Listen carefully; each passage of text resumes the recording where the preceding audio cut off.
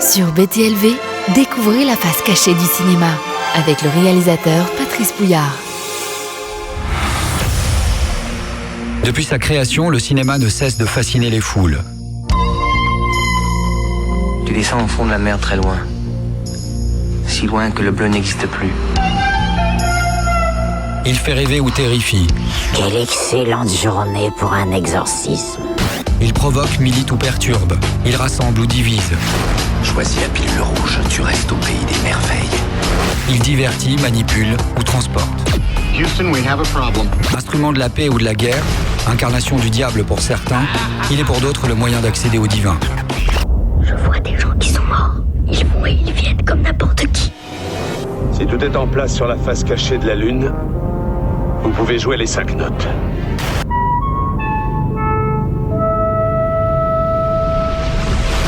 Ni bon ni mauvais, le cinéma n'est qu'un outil, mais probablement l'un des plus puissants, car sous certains aspects, il est même magique.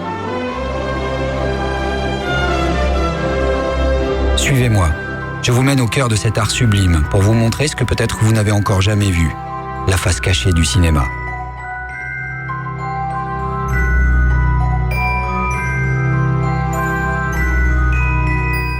Bonjour à tous. Dans cette première édition, nous allons nous intéresser surtout à deux aspects fondamentaux du cinéma.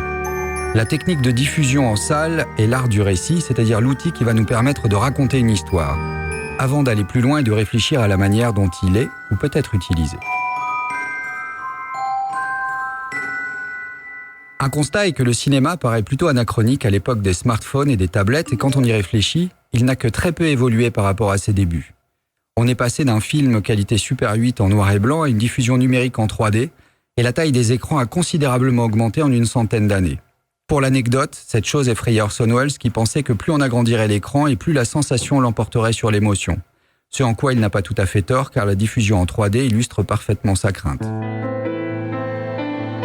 Mais même si la taille et la qualité de l'image et du son ont considérablement augmenté, le procédé reste globalement le même. Une salle avec un écran sur lequel on diffuse une image et des haut-parleurs pour le son. Ce qui paraît assez archaïque à notre époque où certains regardent des films dans le métro ou le bus sur leur smartphone, de venir s'enfermer dans une salle obscure pour voir un film, non ? On me répondra que c'est l'écran. Oui, c'est sûr, mais ce n'est pas que ça.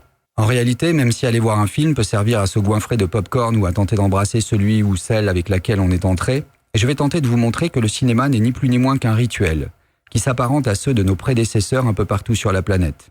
Un rituel sacré, vous allez comprendre. La technique a changé ces dernières années avec l'avènement du projecteur numérique, diffusant à partir d'un DCP. Digital Cinema Pack, c'est un fichier sur un disque dur. Mais le principe reste le même. Une image est diffusée via un puissant faisceau blanc qui traverse un prisme dans la cabine de projection. Il se forme sur l'écran une image toutes les 24e de seconde, soit 24 images par seconde, chaque image étant différente de la précédente, à la manière des flipbooks, ces petits carnets dont on fait défiler les pages entre les doigts pour recréer une animation de dessin. C'est la persistance rétinienne qui donne l'illusion de la continuité du mouvement, c'est-à-dire que l'image reste sur la rétine jusqu'à la suivante et crée dans notre cerveau l'illusion d'une séquence continue. Mais entre chaque photo du film, car c'est bien d'une succession ultra rapide de photos qu'il s'agit, durant un infime laps de temps, un flash blanc vient impressionner notre rétine.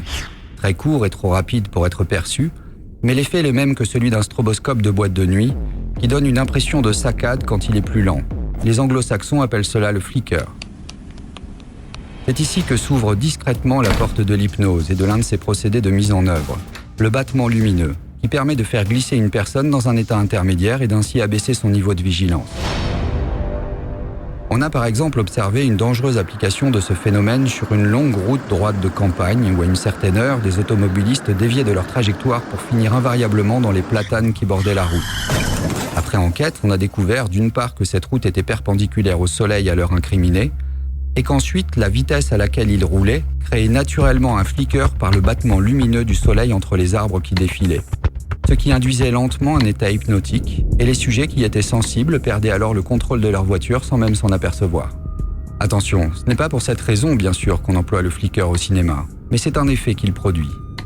Theodore Roszak, un Américain professeur d'histoire, sociologue et écrivain, a développé cet aspect dans un roman passionnant, intitulé « La conspiration des ténèbres ». L'image est diffusée frontalement sur l'écran, face à nos yeux, tandis que le son est diffusé perpendiculairement et donc face à nos oreilles, par les enceintes disposées de part et d'autre de la salle. Ce qui renforce l'immersion dans le film et permet en quelque sorte la synchronisation de nos hémisphères cérébraux, qui ne gèrent pas le traitement de l'information de la même manière. Il faut savoir que cette présentation cerveau gauche et cerveau droit est contestée par certains de nos jours, comme beaucoup d'autres choses d'ailleurs. Mais globalement, on considère que l'hémisphère gauche du cerveau est le siège de la raison, de la logique et de la mémoire, tandis que l'hémisphère droit est le siège du sentiment, de l'analogie et de l'imagination. La partie gauche fragmente et décompose pour comprendre, tandis que la partie droite appréhende les choses de manière globale. Pour ceux que ça intéresse d'en savoir plus sur cette question, il existe un TEDx passionnant d'une neuroanatomiste qui décrit une attaque cérébrale de l'intérieur. Je vous donnerai les liens en fin d'émission. Nous avons donc un spectateur dans des conditions optimales. Cette diffusion mobilise la vue et l'ouïe pendant que le flicker nous relaxe. On est dans de bonnes conditions de réceptivité, la salle est plongée dans le noir. Le film démarre. Chaque image étant projetée sur l'écran par un faisceau lumineux, c'est donc de la lumière colorée projetée sur un écran blanc dans une salle plongée dans le noir. Les fréquences colorées jouent un rôle important pour le psychisme humain. C'est sur ce principe que les murs de nos hôpitaux sont peints de couleurs claires dans les tons de bleu et de vert. Ce sont des couleurs relaxantes qui permettent de placer les patients dans un environnement propice au calme. Un bar pourrait être inversement très coloré. Imaginez une chambre à coucher totalement rouge. Bref, les couleurs influencent notre perception de l'environnement. Certains films ont des dominantes de couleurs très marquées. Matrix, par exemple, plutôt vert. 300, plutôt orangé et rouge. Le Grand Bleu, plutôt bleu. Mais quoi qu'il en soit, la couleur de la scène aura une influence sur la transmission de l'information au spectateur. Une scène de déclaration d'amour la nuit dans une cabane abandonnée en pleine forêt sur fond d'orage et de pluie battante n'aura évidemment pas le même impact qu'au coucher de soleil sur une plage de l'île Maurice. De pair avec la musique et le montage, ces couleurs vont venir renforcer, souligner ou sublimer une émotion. Le cinéma est complexe car il est la réunion de plusieurs arts complexes. Le théâtre, la photo, la peinture, la musique, la poésie, la littérature, le maquillage, etc. mélangés grâce à des outils techniques puissants. Tout ça concerne l'emballage à proprement parler d'un film. Chacune de ces techniques ayant son importance à un moment donné de la fabrication du film, vous vous en doutez. Nous avons vu rapidement tout ce qui enveloppe l'histoire, les moyens qui vont lui permettre d'être exposé de la meilleure manière possible au public. Mais un film, c'est avant tout une histoire. Pour faire un film, il nous faut un bon récit, c'est-à-dire une bonne idée et la bonne manière de le raconter. Comme le disait Jean Gabin à peu près comme ça, un film c'est 3 choses. Un bon scénario et un bon scénario. Il faut un personnage principal, qu'on appelle dans le jargon des scénaristes le protagoniste. Le personnage principal est normalement le plus complexe. Ce n'est pas une règle mais un principe, et il est dangereux d'aller contre les principes, alors qu'enfreindre les règles peut s'avérer positif en termes d'écriture. C'est un art, donc ça se pèse. Notre protagoniste est notre personnage central, autour duquel vont en graviter d'autres, qui ont chacun pour fonction de renvoyer une facette de notre protagoniste pour nous faire connaître tous ses traits de caractère. Et face à lui, on rencontre un antagonisme, quelque chose ou quelqu'un qui va dans le sens contraire. Ça peut être une personne, l'ennemi, un groupe de personnes, la société, la nature, la guerre, une catastrophe naturelle. C'est un vent contraire qui complique la tâche de notre héros en s'opposant de toutes ses forces à sa réussite. Prenons des exemples. Dans Superman, c'est Lex Luthor. You diseased maniac. You really think you could hide it from me by encasing it in lead? Dans James Bond, ce sont les services secrets des pays rivaux. Dans Le Grand Bleu, c'est Enzo, le plongeur rival de Jacques Mayol. Roberto, io parlo. Tout dépend dans quel genre de film on se trouve. Pour qu'un film soit réussi, il faut soigner notre antagoniste, aussi mauvais et dangereux soit-il, et trouver des justifications à ses agissements, sinon ce ne sera pas un personnage intéressant. Plus sa motivation à entraver, torturer ou tuer notre protagoniste est justifiée, et plus notre antagoniste sera plausible et l'histoire captivante.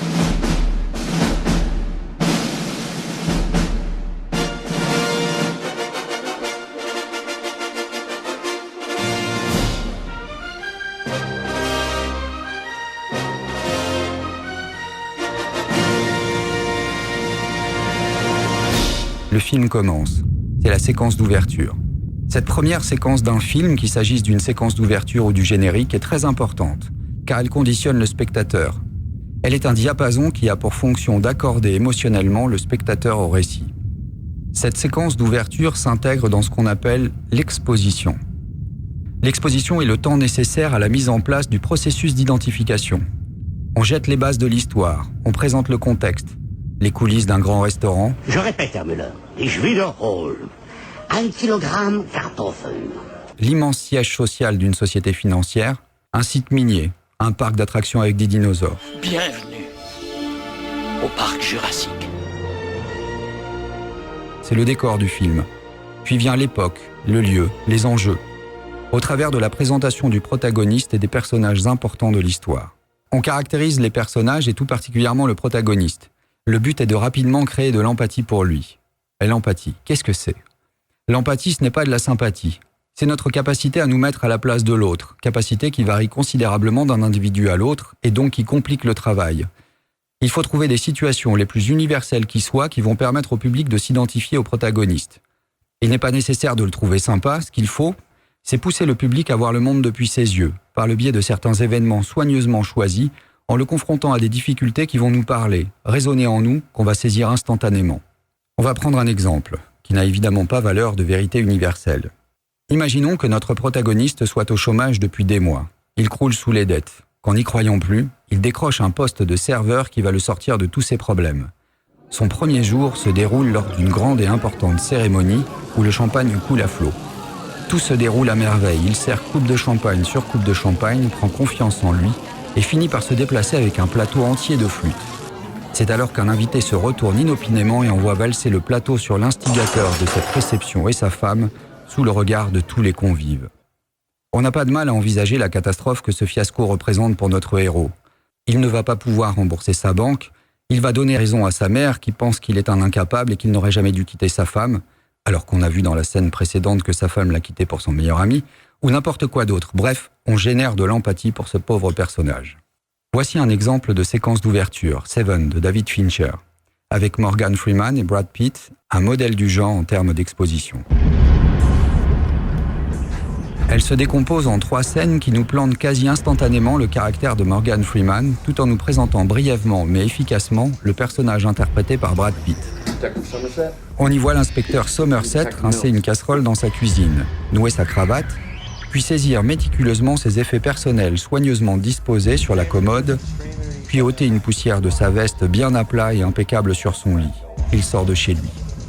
On le retrouve sur une scène de crime passionnel dans laquelle il lui est reproché par un collègue de poser trop de questions, quand il cherche à savoir si l'enfant a assisté au meurtre de son père par sa mère, ce qui est tout de même une chose importante.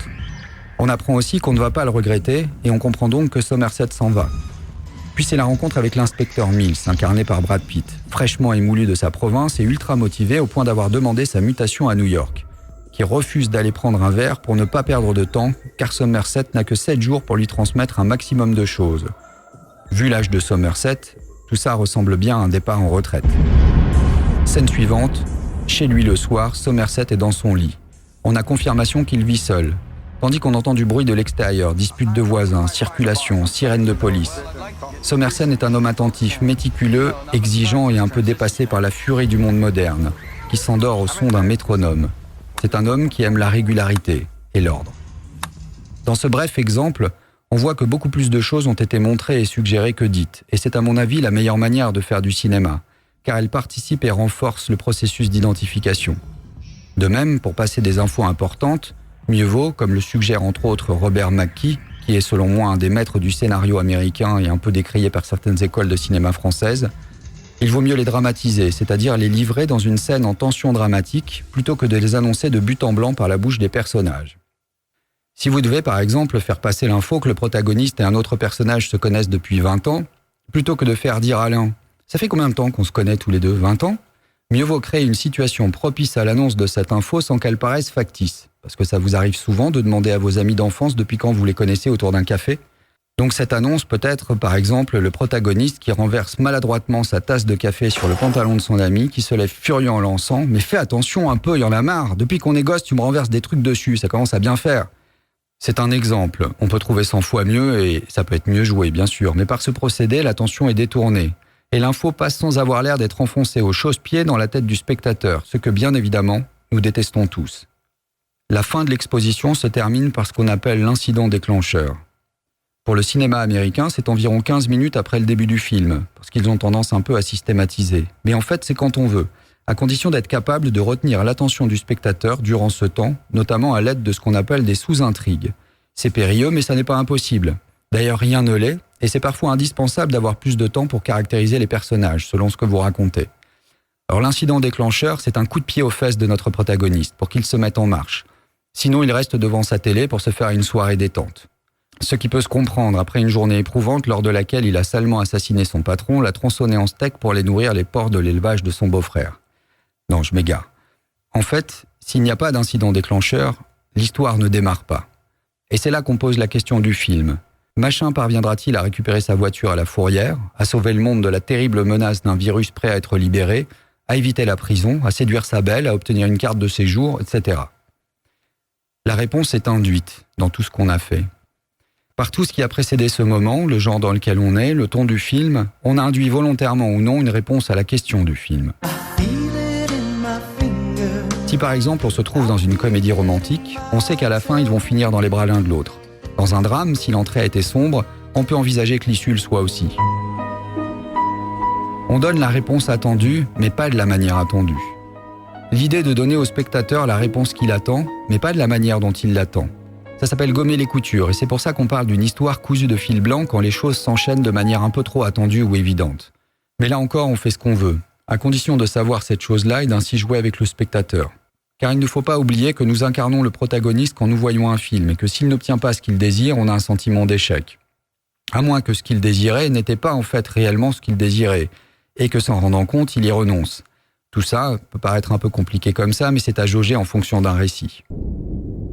Notre protagoniste va évoluer dans des situations graduées propices à engendrer de plus en plus d'empathie. Plus on le connaît, et plus on doit faire corps avec lui, ce qui n'a rien à voir, je le répète, avec le fait de le trouver sympathique ou non. Parce qu'un film, c'est une succession d'événements qui sont ordonnés de manière à créer une tension dramatique. À chaque événement, notre protagoniste doit faire un nouveau choix qui l'entraîne dans une nouvelle situation et ainsi de suite jusqu'à l'événement ultime au terme duquel il ne sera plus jamais le même qu'avant. Parce que si on arrive à la fin d'une histoire et que notre personnage est exactement dans la même situation émotionnelle qu'au début, alors l'histoire ne lui aura servi à rien et à nous non plus. Mais ça peut aussi être une manière de passer le message d'une situation sans fin, d'une chose qui se répétera inexorablement jusqu'à la fin des temps. C'est un choix, qui n'est à mon avis pas la meilleure expérience à proposer à un spectateur, mais là encore, ce n'est que mon point de vue. On arrive maintenant à ce que Mackie et d'autres appellent la scène obligatoire. Alors ce qu'on reproche généralement à Mackie ou à d'autres maîtres américains, c'est de faire croire qu'il serait possible d'écrire des histoires avec des recettes toutes faites, alors que Mackie parle justement de principes et non de règles. Pour donner un exemple, il fait une analogie avec la cuisine. On peut mettre le sel quand on veut dans un plat, au début, au milieu ou à la fin de la cuisson, mais si on en met trop, ça sera trop salé et le plat ne sera pas rattrapable. Une histoire doit avoir une fin digne de ce nom. Si elle n'en a pas, le spectateur sortira avec une impression de manque et risque même de rejeter l'histoire. C'est dans ce sens que Mackie évoque l'utilité de la scène obligatoire, incontournable et indispensable, la confrontation du protagoniste avec l'antagoniste, donc le méchant, la justice, les voisins, la famille, le patron, le monde. C'est là que notre héros va triompher, qu'il va obtenir ou non ce qu'il voulait, et que l'histoire va donner au public ce que l'incident déclencheur lui a promis. Mais de préférence, comme dit plus haut, pas de la manière dont il l'attendait. Le scénariste doit le surprendre, dans les limites du crédible bien sûr. La chose à éviter par-dessus tout, c'est ce qu'on appelle le Deus ex machina, en référence aux mauvaises tragédies grecques, à la fin desquelles une incarnation d'un dieu descendait sur une plateforme sur scène directement pour régler une situation. Dans le jargon des scénaristes, on appelle ça le coup de pouce de l'auteur, qui aide miraculeusement notre protagoniste à atteindre son objectif. La scène obligatoire est plus facile à comprendre si on prend des exemples simples et connus. Avatar, par exemple.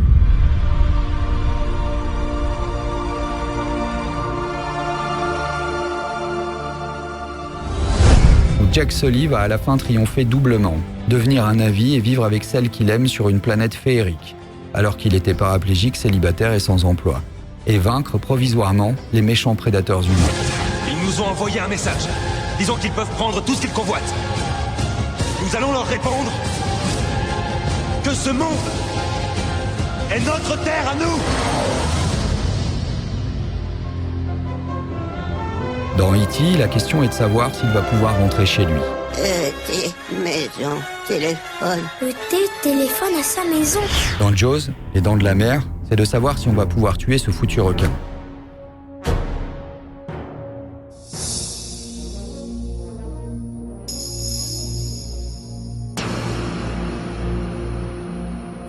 Grand Bleu, si Jacques Mayol va remporter la victoire. Enfin non, c'est un peu plus compliqué que ça, même si le film est en apparence très simple.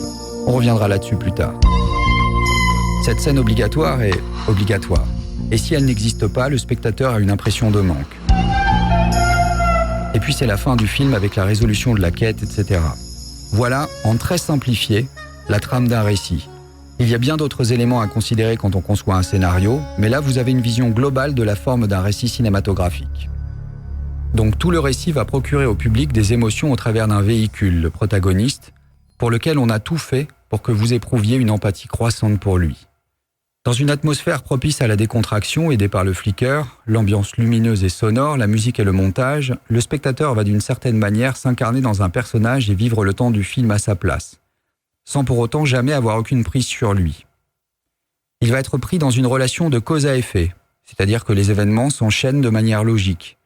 Mais en même temps, ces événements sont porteurs de sens, parce que le spectateur saisit chaque fois les enjeux émotionnels derrière chaque choix.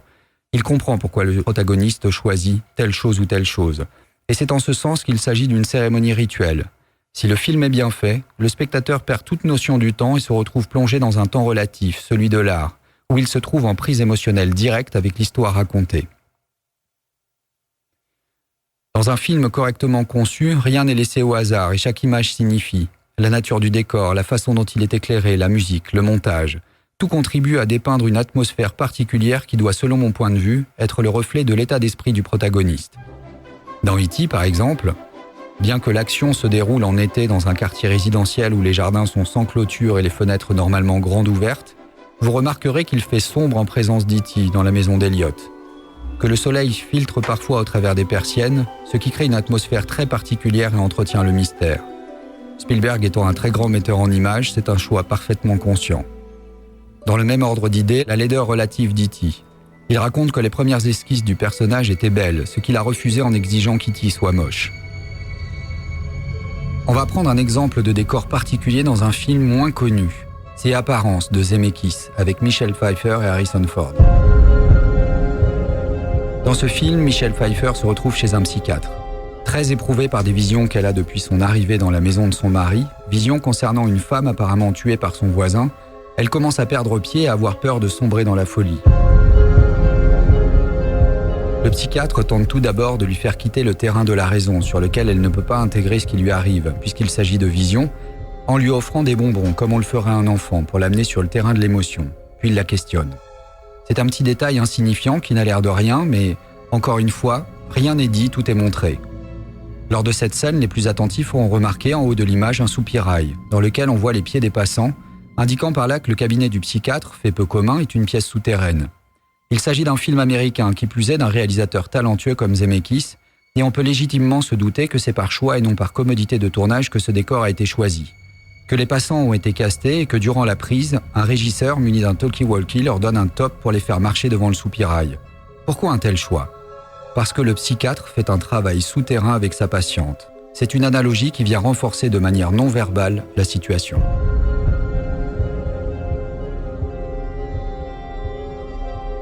Nous allons prendre un autre exemple. Casablanca, le film fétiche de Robert McKee.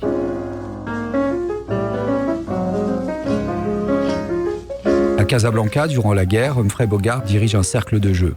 Il est totalement désabusé, a laissé loin derrière lui ses idéaux politiques de jeunesse, quand débarque Ingrid Bergman, son ancienne maîtresse, dont il est toujours follement amoureux.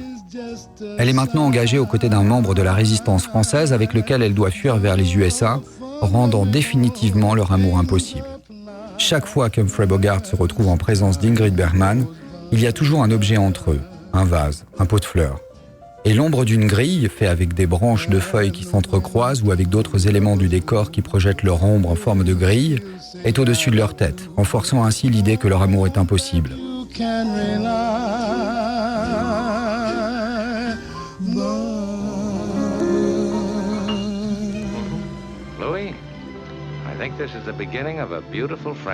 Nous allons maintenant quitter la technique pour nous intéresser à l'aspect philosophique des films.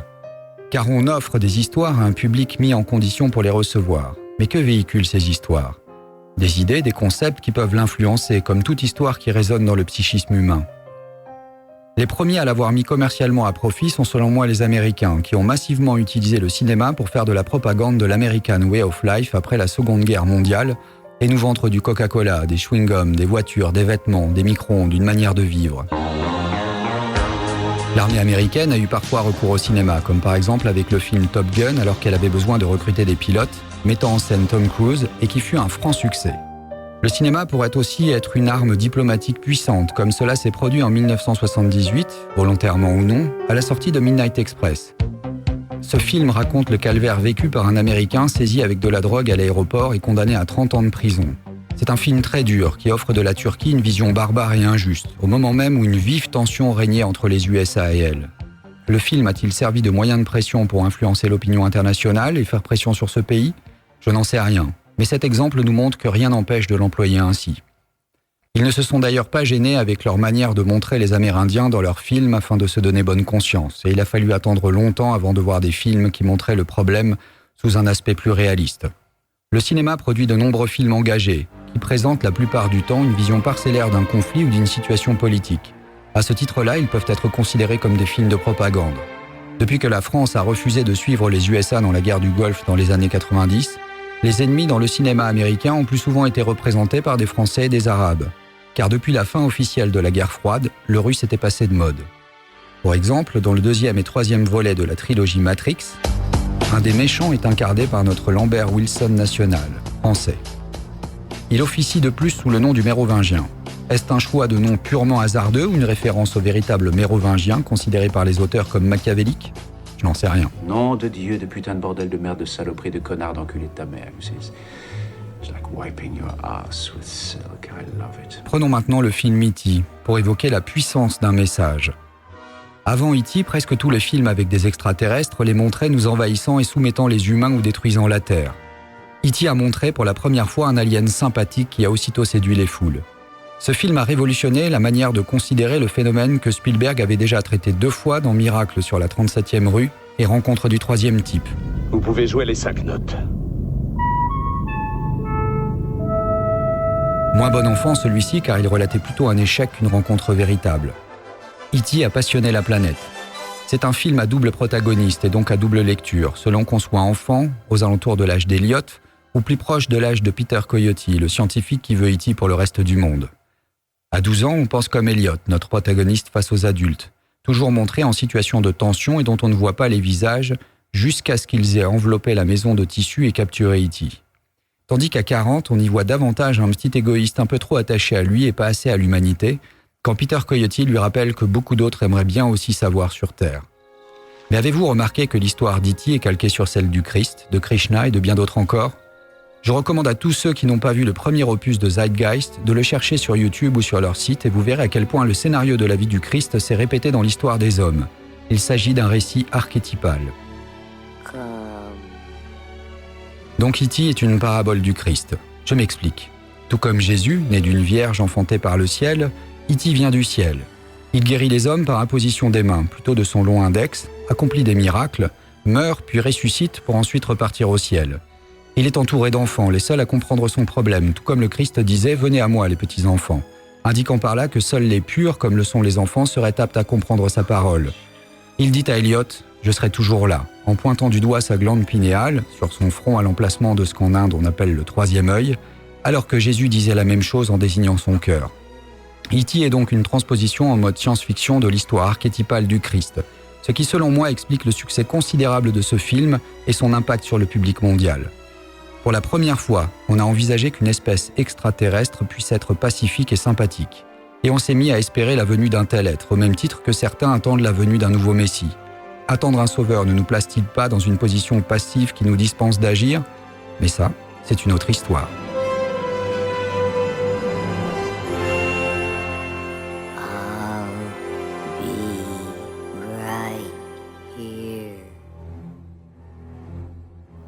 Après avoir vu Les Dents de la Mer, qui n'a pas eu peur de se baigner au large ? Je ne peux pas dire s'il en était ainsi avant ce film, vu que je l'ai vu relativement jeune, mais il me semble qu'il n'a aidé personne à se sentir détendu en pleine eau. Reparlons maintenant d'Avatar, de James Cameron, un film écologiste activiste boudé aux Oscars face à Des mineurs, réalisé par son ex-femme. Cette année-là, on n'a pas été sensible à ce film montrant les travers d'une espèce humaine prête à tout pour de l'énergie et qui passe totalement à côté des trésors de notre planète. Avatar a pourtant été un événement planétaire doublé d'une extraordinaire prouesse visuelle, mais on a préféré récompenser un film sur le thème de la guerre plutôt que sur celui de la paix et du respect de la vie. Peut-être que cette manière guerrière de considérer le monde était-elle davantage dans les préoccupations de ceux qui financent, je n'en sais rien. Mais face à une telle audace et un tel succès, on peut s'interroger. Jake Sully est un militaire paraplégique rendu inopérant suite à un combat, qui prend la place de son jumeau, un scientifique assassiné par un voleur. Ou comment dire sans le dire que cet homme aux jambes coupées pourrait représenter l'humanité entravée, incapable d'avancer, conséquence d'un mauvais choix, celui de la guerre pour soi-disant apporter la paix. Ce militaire va prendre la place de son jumeau, un scientifique assassiné par un voleur, qui va renaître à la vie et manifester sa dignité d'homme grâce à l'amour. Là aussi, le sous-texte me semble explicite. Quand il arrive la première fois sur Pandora, Jake est confronté à l'hostilité des lieux et manque de se faire tuer. Mais Neytiri, Nether et la nature en égyptien est probablement l'origine de ce mot, Neytiri le sauve et lui fait découvrir son monde avec un autre regard, celui d'un enfant respectueux. On y trouve encore l'idée du regard simple d'un enfant, innocent et non naïf, celui qui permet d'apercevoir ce que la seule raison ne nous permet pas toujours. Cameron prend la peine et le temps de nous montrer en détail Pandora, de nous la faire aimer au point d'avoir envie d'y être, avant que les humains ordonnent brutalement la destruction de l'arbre maison. L'empathie va sans conteste pour les Na'vi et le public se retrouve ainsi au cœur d'une minorité combattant l'absurdité du système auquel il appartient pourtant. C'est un film militant, aux personnages parfois caricaturaux, mais derrière ce blockbuster d'action, n'étant qu'une machine à faire du fric pour certains, se cache en réalité un discours profond, signifié par les images et les situations, mais non verbalisé. C'est en tout cas mon avis.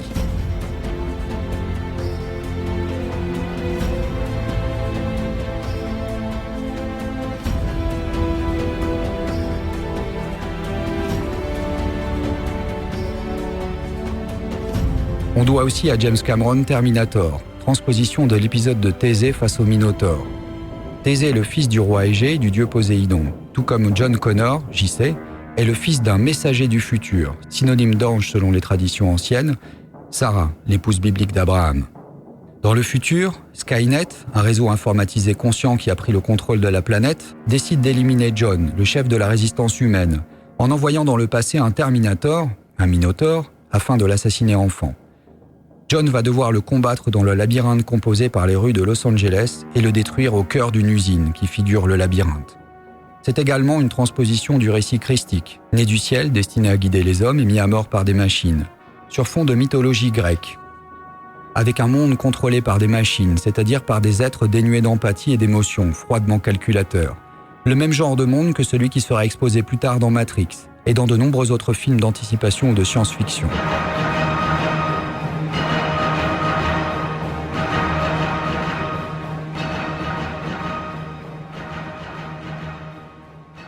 Nous allons parler maintenant de ce que je considère un combat philosophique, en prenant les exemples du livre de la jungle et du roi lion.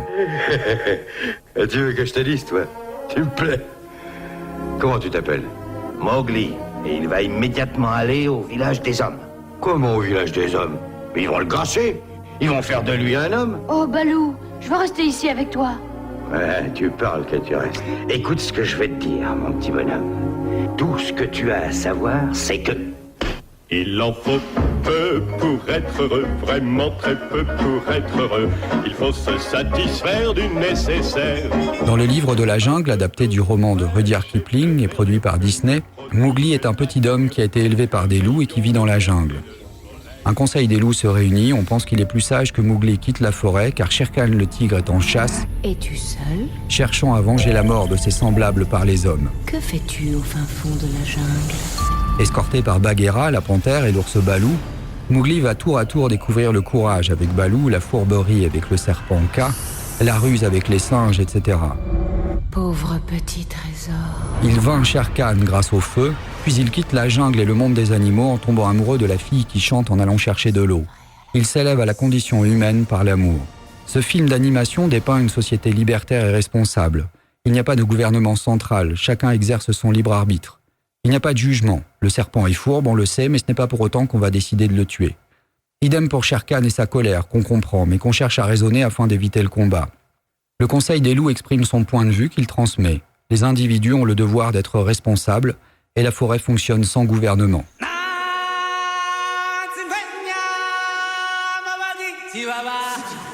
Dans Le Roi Lion, également produit par Disney, mais après la mort de son fondateur, Walt Disney, la philosophie proposée est radicalement différente. La première scène du Roi Lion présente la progéniture royale à tous les habitants de la savane. Simba, fils de sang du roi des animaux, le roi lion Mufasa, qui du haut de son promontoire contemple le peuple prosterné. Écarté du trône par cette naissance, son frère Scar, un lion noir, ce qui n'est pas commun, incarnation manichéenne du mal, complote contre Mufasa, qu'il parvient à éliminer. Longue vie au roi.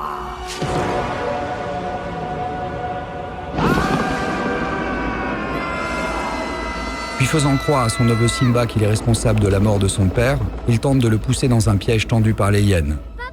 Mais Simba parvient à fuir. Il reviendra des années plus tard pour revendiquer le trône et le reprendre, alors que le peuple aux mains de Scar et des hyènes souffre et se meurt. Loin de la société libertaire de Kipling, ce film décrit un système monarchique de sang. C'est le culte du chef suprême devant lequel le peuple se prosterne, incapable de se gouverner seul et prêt à se laisser mener à sa perte en étant dirigé par des hyènes. Hakuna Matata, vive le roi. Ces mots signifient que tu vivras ta vie sans aucun souci. Philosophie, Hakuna Matata. Deux films pour enfants, deux époques et deux philosophies bien différentes. Parlons maintenant de Pi. Dans Pi, de Darren Aronofsky, Maximilien Cohen est un mathématicien surdoué, capable de calculer mentalement très rapidement. Grande mémoire, raison affûtée, c'est un pur cerveau gauche. Depuis qu'il a un jour contemplé le soleil trop longtemps, Max souffre de violentes migraines qui le rendent dépendant de médicaments puissants. Il est convaincu qu'il existe dans la nature une séquence qui se répète dont le titre du film laisse supposer qu'il s'agit du nombre pi. Alors qu'il aurait mieux valu, à mon avis, baptiser le film Phi, mais qui aurait compris ce titre? Son mentor, paraplégique, l'a jadis cherché, mais n'a jamais trouvé et pense que c'est une perte de temps. On s'intéresse de près à ses recherches. Une intermédiaire de Wall Street lui offre du matériel en échange de sa découverte, et des juifs orthodoxes convaincus que le nom de Dieu est une séquence mathématique contenue dans la Torah veulent avoir accès à son travail. Le processeur de Max est alors envahi par les fourmis et juste avant de cracher, il affiche une séquence de 216 chiffres que Max mémorise. On le traque pour lui extirper ce nombre, mais Max finit par se perforer le crâne, entendez le cerveau gauche, pour l'oublier. Je trouve ce film excellent, autant dans son style que dans le fond de l'histoire, car ce scénario propose une excellente réflexion sur la nature de la connaissance et le danger qu'elle tombe dans de mauvaises mains. Les gens de la finance la veulent pour gagner encore plus d'argent en anticipant les mouvements boursiers, tandis que les religieux la veulent apparemment pour leur seule communauté. Tout d'abord, enfant, Max a contemplé le soleil, symbole de la connaissance, jusqu'à se brûler les yeux et endommager son cerveau, ce qui le fait souffrir depuis de violentes migraines. Il observe l'harmonie autour de lui dans le développement des végétaux et dans son environnement, et est convaincu qu'il n'existe pas de hasard et que les nombres régissent tout. Il est ainsi fait référence au nombre d'or, phi, qui est considéré par certains comme la constante d'accroissement du vivant que Max voit à l'œuvre dans la croissance des végétaux. Son mentor, avec lequel il joue au jeu de Go, un ancien jeu de stratégie chinois, la polarité incarnée par les pions blancs et les pions noirs, a recherché ce nombre durant des années, mais n'y étant pas parvenu, il considère que cette recherche est vaine. Cet homme qui a renoncé est paraplégique, comme notre héros d'Avatar. Il ne peut plus avancer librement. Il est entravé par son mental. Mais Max persiste dans sa quête. Grâce ou à cause des fourmis qui ont élu domicile dans son processeur, son ordinateur crache et lui délivre la suite de nombres tant attendus qu'il mémorise instantanément. Suite de 216 chiffres associés à l'hermétisme, pour lequel 216 renvoie à la divinité. Il refuse de la communiquer aux orthodoxes car cette révélation lui a été faite à lui et non à eux, qui sont pourtant des religieux. Il considère par là qu'il ne la mérite pas, auquel cas il l'aurait aussi reçue. Les gens de la finance le traquent. Se rendant compte du danger qu'il représente, il décide d'effacer ce nombre de sa tête en détruisant sa mémoire afin de ne plus pouvoir le communiquer. Après ça, exit le calcul mental comme il le faisait avant. Son cerveau gauche a été détruit, mais il garde au fond de lui la globalité de cette révélation, car la nature de cette connaissance est double, comme l'enseigne la tradition hermétique, qui fait appel à la cervelle tout entière et non seulement au siège de la raison, procédant autant par la logique que par l'analogie. Elle s'appréhende également par l'intuition, ce que n'avait pas saisi son mentor paralysé, c'est-à-dire incapable de réfléchir correctement. Cet étonnant film est bien plus profond qu'il n'y paraît, mais libre à chacun de l'interpréter différemment.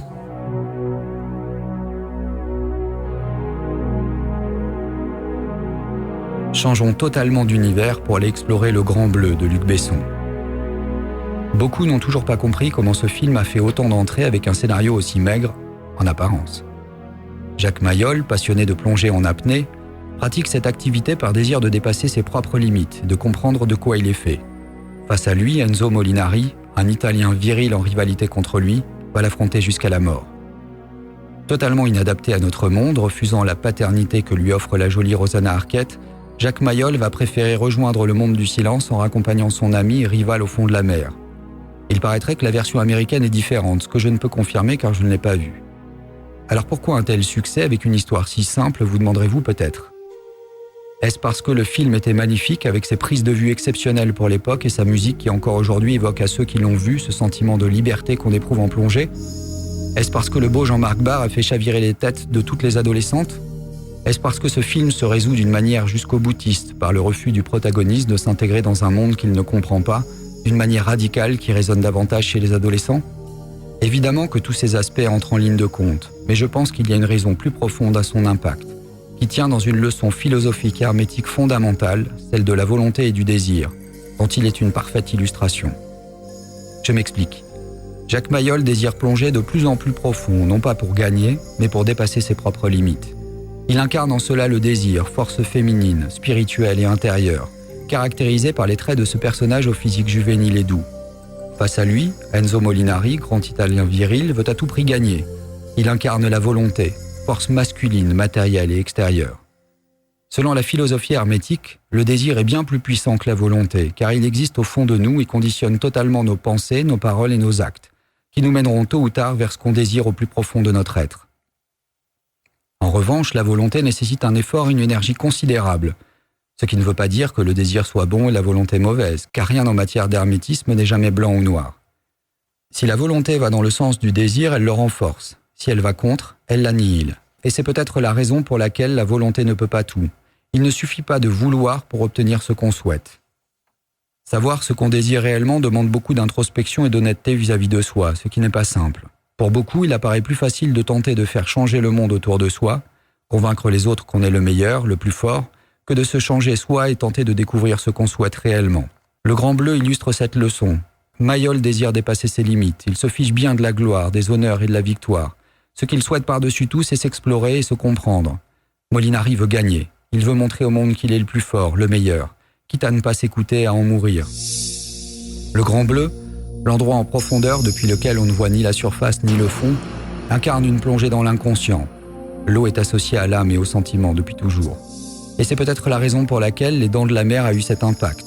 Le grand requin qui surgit depuis les grands fonds incarne les angoisses profondes desquelles nous pouvons être les victimes. Molinari veut gagner par-dessus tout, il en meurt. Mayol le ramène au fond selon son souhait et là, au-delà de toute compétition, libre comme l'air si on peut dire, renonçant à ce monde trop matérialiste qui ne lui correspond pas et dans lequel il ne trouve pas sa place, il décide de se dissoudre dans le grand tout, parmi ses amis les dauphins, laissant sa conscience retourner à la source. Cette vision vous heurtera probablement et vous serez libre de vous demander à quoi bon puisqu'ils meurent tous les deux. Je vous laisse tranquillement méditer la question. Il est d'ailleurs une chose amusante à remarquer dans la filmographie de Luc Besson, qui commence par Le Dernier Combat, je parle des longs métrages, un film post-apocalyptique en noir et blanc où les humains sont devenus muets, sans qu'on sache véritablement pourquoi. C'est un nouveau départ pour l'humanité qui va devoir lutter pour survivre comme au temps des cavernes. Détail à noter. L'inexplicable pluie de poissons qui vient les nourrir, propre au récit de Charles Fort, un auteur américain du 19e siècle, sur lequel je vous laisse vous renseigner, notamment chercher son livre, Le Livre des Damnés, qui sera discrètement mis en scène dans le film Magnolia de Paul Thomas Anderson où l'on verra à la fin une pluie de grenouilles. Vous verrez. Avec Le Dernier Combat, on repart de zéro. Ensuite, Luc Besson réalise Subway. Je ne vais pas détailler ici l'histoire des films qui vont suivre car ce n'est pas mon propos, mais simplement faire observer que l'essentiel de l'action se déroule sous la terre. Puis c'est Le Grand Bleu. Les plus observateurs auront remarqué qu'il est question d'eau. Ensuite, Nikita, film à l'affiche rouge qui commence par une violente explosion et traite entre autres de passion amoureuse, teintée par le feu, omniprésent. Et enfin, Léon, qui se déroule beaucoup dans les airs et en hauteur. Sur l'affiche, on voit d'ailleurs le visage de Jean Reno devant un gratte-ciel, ce qui est renforcé par la plante que chérit Léon, dont le rapport avec l'air est bien connu. Qu'est-ce que nous avons ? La terre, l'eau, le feu et l'air. Et quel est le film suivant ? Le 5e élément. la quintessence des alchimistes, l'amour, force de cohésion de la matière. Alors, besson hermétiste ou explication capillotractée? On a aussi coutume de dire que les idées sont dans l'air afin d'expliquer la simultanéité d'inventions comme le téléphone. Et peut-être que le sensible Besson aura capté cela sans en avoir conscience. N'ayant pas la réponse, je vous laisse seul juge. Mais pour entrer dans cette voie des idées dans l'air, il faut envisager une sorte de matrice environnante, de noosphère. N-O-O-S-P-H-E-R-E. Allez donc vous renseigner sur le terme, ça ne fait pas de mal de lire un petit peu. Ça tombe bien, car notre prochain et dernier film s'appelle The Matrix. En 1999 sort un film étonnant, The Matrix, des frères Wachowski, visuellement novateur et au sens si profond que certains glosent encore sur son contenu près de 16 ans après sa sortie. C'est selon moi un pur film hermétique et je vais tenter de vous expliquer pourquoi. Thomas Anderson, le protagoniste, est surnommé Neo, l'homme nouveau et anagramme de One, l'élu. Question centrale des résistants incarnés par Morpheus et Trinity qui se demandent si Neo est bien l'élu qu'ils attendent, dont la venue a été annoncée, petit air de déjà-vu, par une prophétie. Au passage, notez les noms. Morpheus pour Morphée, la divinité grecque des rêves prophétiques, qui se promène avec un miroir à la main, tout comme les lunettes de Morpheus qui reflètent son environnement. Et Trinity, la trinité chère aux hermétistes, bien avant les catholiques, qui pensent de manière ternaire, c'est-à-dire au-delà de la simple dualité, blanc ou noir, bon ou mauvais, bien ou mal, etc. Elle est d'ailleurs amoureuse de Neo, de One en anglais, ou l'unité, 3 et 1, des mathématiques. Passons.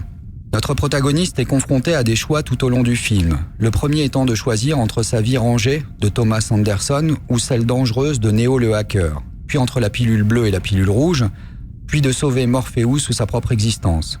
C'est d'ailleurs lors de cet ultime choix qu'il va révéler sa nature d'élu, et que rien ne sera jamais plus comme avant pour lui.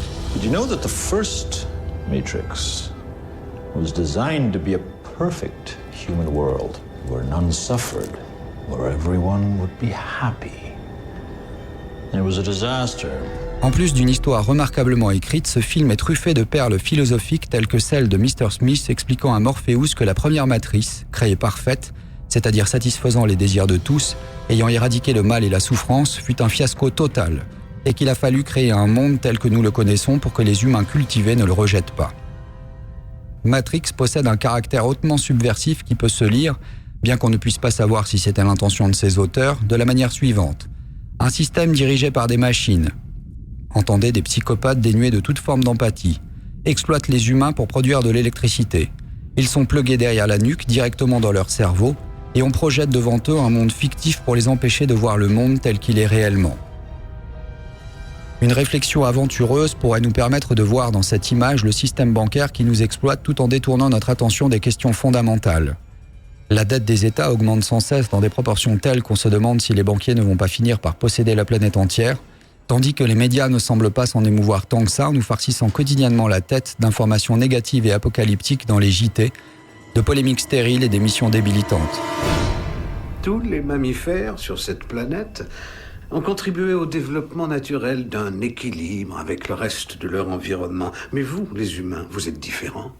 Vous vous installez quelque part et vous vous multipliez. Vous vous multipliez jusqu'à ce que toutes vos ressources naturelles soient épuisées. Et votre seul espoir de réussir à survivre, c'est de vous déplacer jusqu'à un autre endroit. Quand j'évoquais le fait de justifier intellectuellement la démarche de notre antagoniste, celle de Smith et des machines qui ont créé la matrice pour cultiver les humains comme du bétail est particulièrement bien vue, en nous comparant aux cellules d'un virus qui exploite jusqu'à détruire leur environnement pour vivre, et en associant l'humanité à un cancer dont serait atteinte notre planète, peut-on lui donner tort ? C'est là que la question devient intéressante philosophiquement parlant et que le film donne matière à réflexion après coup. L'un des 3 critères importants de toute œuvre d'art, selon les hermétistes. Divertir, instruire et donner à réfléchir. Condition que remplit allègrement ce premier opus de la saga. Il divertit, c'est indéniable. Il instruit, car il interroge sur le réel et sur le vrai. La matrice paraît tellement réelle aux yeux de ceux qui en sont prisonniers qu'ils sont prêts à se battre jusqu'à la mort pour la défendre, tout en ignorant son existence. Et enfin, il donne à réfléchir sur la situation de notre monde moderne et les préoccupations futiles qui nous empêchent de voir le monde tel qu'il est, au point de contribuer à sa destruction et de passer à côté du caractère précieux de nos existences. Il y a matière à débattre et vous trouverez de nombreux forums de discussion dédiés à la philosophie de ce film. Pour l'anecdote, un élément de ce premier volet a fait gamberger des millions de personnes sur la toile. La coïncidence de la date d'expiration du passeport de Neo avec un triste événement survenu 2 ans plus tard, le 11 septembre 2001. One of these lives has a future, and one of them does not. Je me demande comment quelqu'un a pu avoir l'idée saugrenue de faire un arrêt sur image au moment précis où Smith ouvre le dossier de Neo. Et surtout de retourner la tête pour aller voir une date écrite qui apparaît à l'envers lorsqu'on regarde l'image normalement. Pour ceux qui veulent voir cette image et qui n'ont pas envie de faire une pause sur le DVD, je vous invite à taper dans votre moteur de recherche « Passeport Neo Matrix ». Si cette anecdote a fait tressaillir ce qu'on appelle vulgairement la sphère complotiste, c'est bien parce que Matrix est un film de conspiration par excellence, celle des machines contre le genre humain. Mais comment décemment expliquer une telle chose autrement que par un effet du hasard ? Car imaginez que cette date morbide ait pu être connue au moment du tournage en 1998 et glisser de manière subliminale dans le film nous ferait immédiatement basculer dans une terrible et angoissante réalité. Décidément, ce film aura vraiment apporté matière à réflexion, ce qui est une excellente chose. Mais revenons à notre histoire. Neo se libère donc de la matrice en s'affranchissant de ses règles, au point de littéralement se transformer en super-héros à la fin de ce premier opus. Suite logique, il va alors s'efforcer de libérer ses congénères de leur bétaillère et leur montrer la voie. Eh bien non. 4 ans plus tard, les Wachowski sortent la suite, qui n'est autre qu'un gros film coupé en 2, dont la première partie sortira en mai 2003 et la seconde en octobre 2003. Hélas, le style enlevé et le rythme haletant ont laissé place à une alternance de longues scènes d'action spectaculaires et de longues discussions parfois compliquées. Neo finira par se retrouver face à un élégant vieux barbu se faisant appeler l'architecte, le créateur de la matrice, qui va lui apprendre la triste vanité de sa quête. Pourquoi donc sortir de la matrice puisqu'elle se trouve elle-même dans une matrice qui est dans une matrice ? Retourne tranquillement dans ton monde, petit Neo. Tu n'es qu'un bug systémique du programme de la matrice, tout comme l'Oracle, Morpheus et Trinity, et même la mythique Zion, une caverne où se déroulent d'immenses rave parties avec DJ et gros son. C'est ce qu'on appelle un retournement. On est passé de ce que je qualifierais de chef-d'œuvre à quelque chose de bien moins bon en termes de qualité d'histoire, toujours selon mon point de vue. Après le colossal succès du premier opus, qui a généré plus de 425 millions de dollars de recettes et vendu plus de 25 millions de DVD, le deuxième volet était très attendu. Il a rapporté pour sa part la somme astronomique de 740 millions de dollars de recettes. Mais le troisième a tout juste dépassé les 425 millions, si on peut dire, ce qui illustre une certaine déception du public qui n'a pas jugé utile d'aller voir le volet final au cinéma. Car bien que le casting, l'esthétique et l'univers y soient toujours présents, que les Wachowski aient disposé d'un budget plus élevé que pour le premier, si l'histoire ne comporte pas dans son essence ce petit quelque chose que j'ai brièvement tenté de vous faire apercevoir lors de cette émission, le public n'a que faire des justifications intellectuelles et scénaristiques. Voilà donc mon point de vue en tant que scénariste et réalisateur, qui n'a bien évidemment pas valeur de vérité universelle. Comme à mon habitude, je propose et vous disposez. Chacun en fera ce qu'il voudra. Ce sublime art qu'est le cinéma n'a pas fini de nous dévoiler ses trésors, et nous aborderons d'autres exemples célèbres dans la prochaine émission, qui aura lieu en temps et en heure. D'ici là, restez en éveil, car il n'y a rien de pire qu'un cerveau qui ne réfléchit pas aux choses essentielles. Merci de m'avoir écouté. Coupé.